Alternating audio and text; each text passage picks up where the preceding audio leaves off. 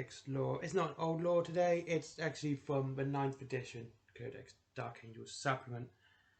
And I have a question for you guys at the end of the video, should you care to answer. You know, usually leave your comments and everything else. Anyway, here we go. Azrael, Supreme Grand Master of the Dark Angels.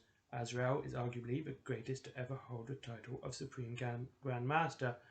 His martial skill and strategic nuance are well regarded throughout the Imperium, deeply committed to the chapter's secret agenda. The hunt for the fallen is never far from his mind, and in recent years his thoughts on their threat have only grown more grave. Though doubtless recorded in the Dark Angels archives, Azrael's origins are largely a mystery to most of the chapter, and outsiders. Rumours persist, however, that he was recruited from the savage head-hunting tribes of the fell world of Chimeria, one of the multiple Dark Angels recruiting worlds. Azrael climbed through the ranks rapidly. He consistently demonstrated his warrior and leadership skills during his time in the Deathwing as captain of the Third Company and Grand Master of the Deathwing before he was chosen to succeed Grand Master Neberius. Though an individual of few words, as befits a warrior of Dark Angels, when Azrael does speak, it is with an absolute unbreakable conviction, and absolute righteousness. He has the fullest confidence of his battle brothers, repeatedly earned on countless bloody battlefields, where he not only leads from the front, cutting down the Unforgiven's enemies, but demonstrates his near-peerless mastery of the arts of war. He is capable of employing multi-system campaign strategies, as he is a fine craft of squad-based tactics, orchestrating warriors from no fewer than 8 Unforgiven chapters. He brought about the ruin of the stellar empire of Azrael, a word-bearer's warlord who had subjugated a dozen warlords to his twisted and blasphemous tyranny. In contrast, Azrael has led insertion into Algius, Hive on the Hive world of Kalini, in person at the head of a handful of Deathwing squads. Together they slaughtered the rebels' leadership, who had stubbornly held there for years against the Astra Militarum sieges, ending their revolution in a matter of hours. Initiation. Ascension to the rank of Supreme Grand Master requires a candidate to go through a series of sinister rituals and trials. The individual travels through into the rock's lower levels, accompanied by a senior member of the Inner Circle, with a keeper of keys unlocking every door until the Chamber of Passageways is reached. At this point, the warrior is presented the Sword of Secrets and the Lionhound by the Watchers of the Dark. The candidate later enters the Arch of Truth alone to face unspeakable trials to determine his worthiness for the role. Some fail. Those who succeed are presented to a chapter and declared to keeper of the truth, amidst the saying of many vows and hymnals, as battle brothers swear oaths of allegiance to their new Supreme Grand Master. Anyway, you've quite a short one today, but here's my question. Well, first things first, let's just talk about that.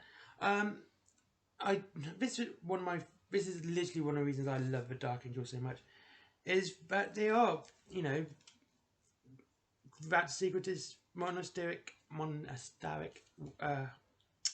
chapter. You know, they have this goal which they'll go for, and their single-mindedness actually I find quite attractive to them. It's why I'm attracted to them.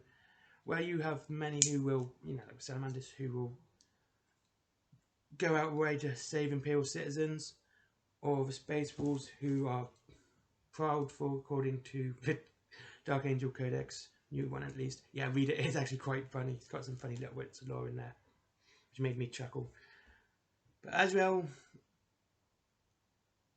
yeah, I just like the fact that you don't know much about him, and also the other thing in it, it's not in that codex, it's in the previous codex. He was in the Deathwing, which means he was in the Inner Circle before he became Grand Master of the Third Company, which kind of makes me question and think, does that mean all Masters are in the Inner Circle? Or was he just special because he went from Deathwing to that? Or can he be promoted from, like, up into the top of Third Company, etc.? And of course you've got the rites and rituals which they go through, even though they have the silly names like they always do, like the truth of wholesomeness and the archway of not doing naughty things and stuff like that. But what I was saying, I do like Azrael. The model needs help. We need a new Azrael model now. Absolutely now. Now I'm saying this, no my luck, we're going to get one next week, reviewed in the Warhammer Fest. God, that's going to age this video. But yeah, I do like Azrael. I like the idea of him. I have from the start. He was one of the first named characters I actually bought because I really do like his character. Anyway, thank you for watching, and here's my question. When it comes to lore, I like to be accurate. I don't like being I don't like using hyperbole, I don't like using all that, but when I like to tell lore stories to my friends and stuff, I tend not to tell it like this. There's a lot more bad language. Should I do a lore series where I tell the stories as I would tell them to friends? Bad language and all, as well as the Codex lore as well. So like there'll be ones for kids and one, well, for kids, we'll thought okay kids anyway, and one which I'm going to be more adult based because it's going to be more informal. Anyway, thanks for watching, like, comment, subscribe, and all the good stuff like you always do, guys. And I'm so glad you listened to this. Have a great day.